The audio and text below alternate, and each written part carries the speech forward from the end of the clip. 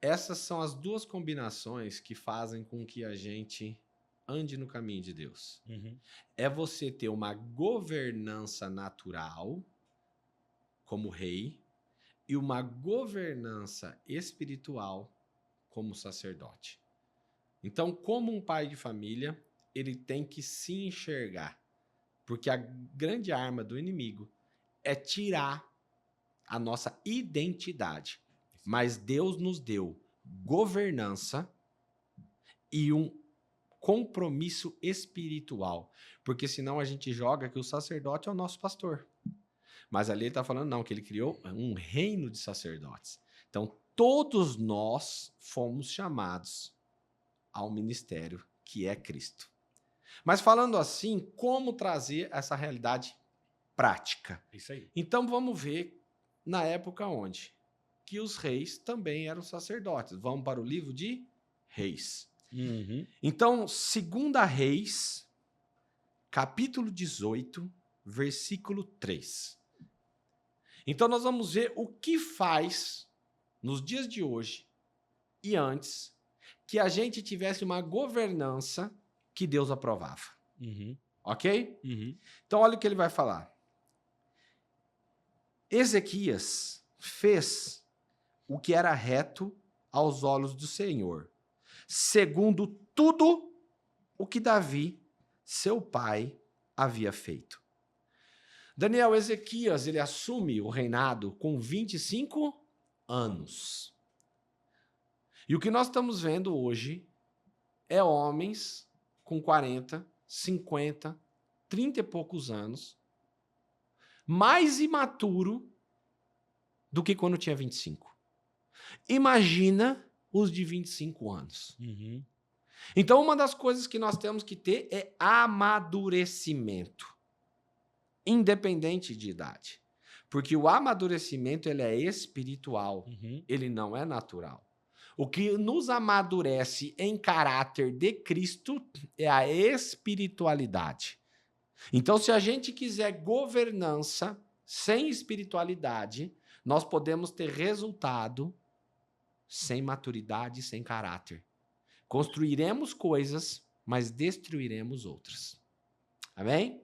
Então, o que ele fala? Ele fez o que era reto aos olhos do Senhor. Então, uma das direções é, eu tenho que fazer o que é reto aos olhos de Deus. E para isso eu tenho que me arremeter em Romanos 12, 2, Uhum.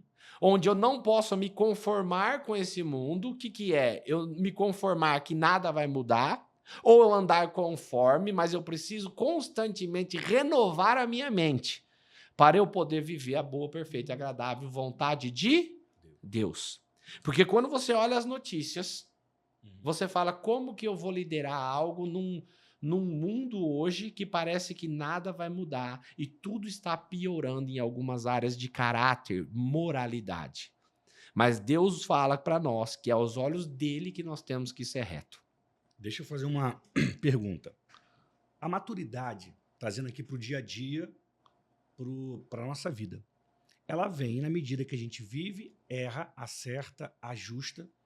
Ou seja, uma pessoa que chora à toa, ela é nova, uma criança chora à toa. Aí ela vai passar por situações que vão fazer ela chorar e ela vai aprender que ela não precisa chorar. Ou seja, essa experiência, vai vir um pai, vai vir a mãe e fala, meu filho, não precisa chorar. Quando vai crescendo, ela já consegue controlar a emoção e ela já não chora. Ou seja, ela está amadurecendo. E agora, como a pessoa consegue amadurecer espiritualmente, segundo o que você falou há pouco? Modelagem. Então eu tenho que fazer o que é reto aos olhos de Deus. Mas olha o que ele fala. Segundo tudo o que Davi, seu pai, havia feito. Então a importância de nós, como pais, sermos exemplo de conduta e caráter de governança natural e espiritual aos olhos dos nossos filhos. Muito bom.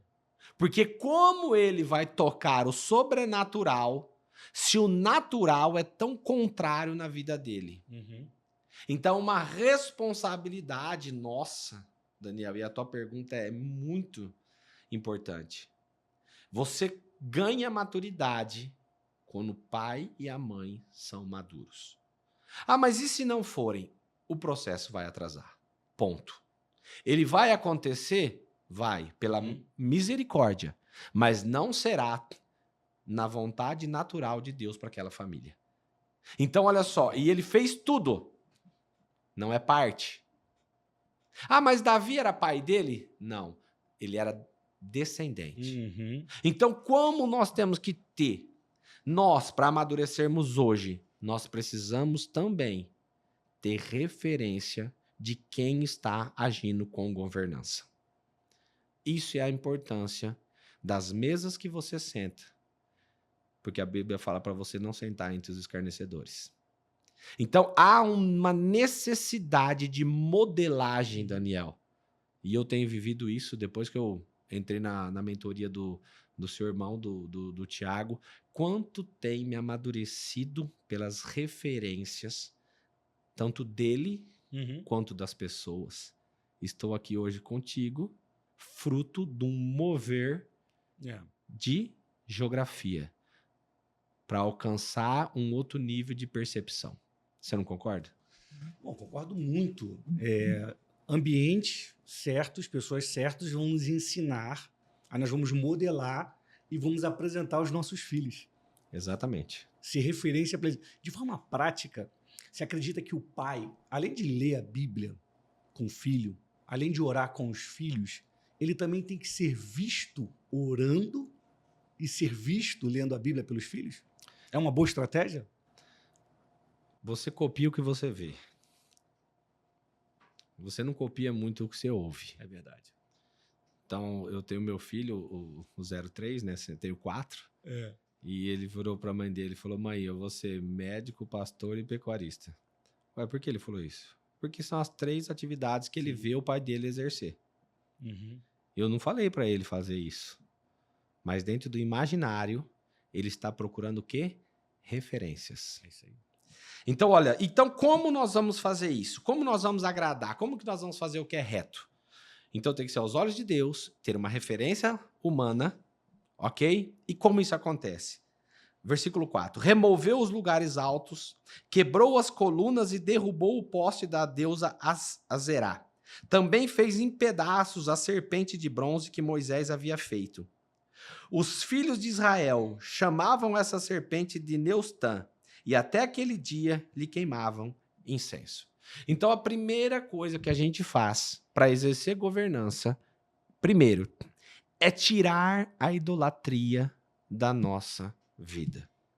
Então, tudo que faz, tudo que ocupa o lugar de Deus na nossa vida, precisa ser retirado.